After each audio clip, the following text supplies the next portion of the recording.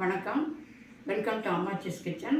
இன்றைக்கி நம்ம பார்க்க போகிறது உருளைக்கிழங்கு பொடி மாஸ். வாங்க பார்க்கலாம். உருளைக்கிழங்கு பொடி மாஸ் செய்கிறதுக்கு தேவையான பொருட்களை பார்க்கலாங்க. ஃபஸ்ட்டு மஞ்சத்தூள், கடுகு, உளுத்தம்பருப்பு, கடலைப்பருப்பு, எண்ணெய், நமக்கு சால்ட்டு. அப்போ உருளைக்கிழங்கு வேக வச்சு ஒரு 6 உருளைக்கிழங்கு வேக வச்சு மசிச்சு வச்சுருக்கோம். வெங்காயம் 2 பெரிய வெங்காயம் பொடியாக நறுக்கி வச்சுருக்கோம். கருவேப்பிலை வச்சுருக்கோம். இஞ்சி ஒரு துண்டு நறுக்கி வச்சுருக்கோம். ஒரு 10 பூண்டு பல்லு நறுக்கி வச்சுருக்கோம். ஒரு 4 மிளகா, இதெல்லாம் காரமானது, அதனால் ஒரு 4 மிளகா போதும். தேங்காய், பச்சை கொத்தமல்லி.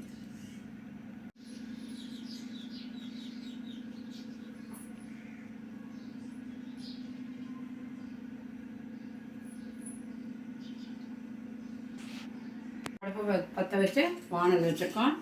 எண்ணெய் ஊற்றலாங்க. ஃபஸ்ட்டு எண்ணெய் காயிட்டோம். காய்ஞ்சதுக்கப்புறம் ஒன்று ஒன்றா போட்டு காட்டுறேன்.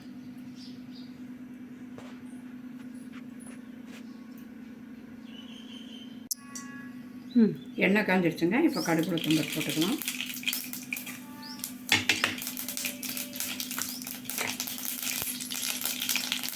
கொஞ்சம் சிம்மில் வச்சுக்கோங்க.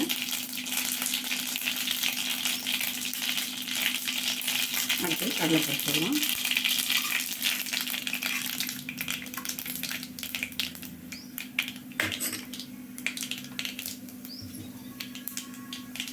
இப்போ இந்த இஞ்சி, பூண்டு இது ரெண்டையும் ஒன்றா போட்டுக்கலாம். ஏன்னா அப்போ தான் அது வாசம் நல்லாயிருக்கும்.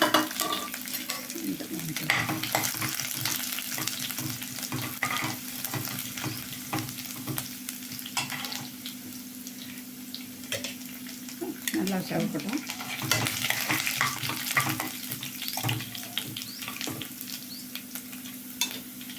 நிறைய நறுக்கி வச்சுருக்க வெங்காயம், 2 வெங்காயம் நறுக்கி வச்சுருக்காங்க, பெரிய வெங்காயம்.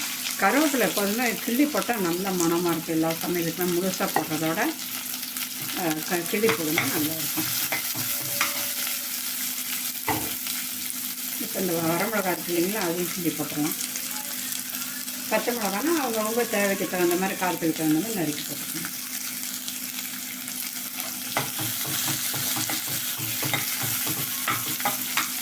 இந்த டைமில் கொஞ்சம் மஞ்சத்தூளும் போட்டுடலாம்.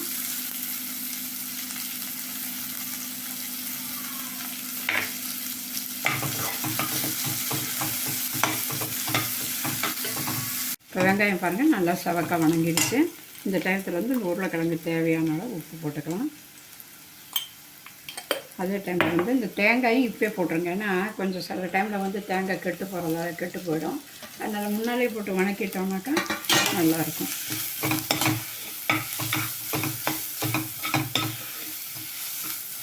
அவ்வளோதாங்க. அப்புறம் அடுத்து இந்த உருளைக்கிழங்கு போட்டு மசிச்சு வச்சுருக்கோம், அதை போட்டு கலக்கணும். அவ்வளோ அதை மாதிரி கலந்து விட்டுக்கோங்க. கலந்து விட்டு நல்லா ஊற்றி ஏதோ 1-2 கட்டியாக இருந்தால் அதை பண்ணுங்கள். அவ்வளோதான். இது சமையல் வேலை முடிஞ்சது. நல்லா டேஸ்ட்டாக இருக்கும். சாப்பிட்டு பாருங்கள். இதே உருண்டை பண்ணி ப்ரெட்டில் கூட வச்சு உருண்டை பண்ணி பண்ணலாம். நல்லாயிருக்கும். ப்ரெட்டு உருண்டையாக இருக்கும், நல்லாயிருக்கும். அவ்வளோதான். பாருங்கள், உருளைக்கிழங்கு பொடி மாஸ் ரெடியாக இருக்குது.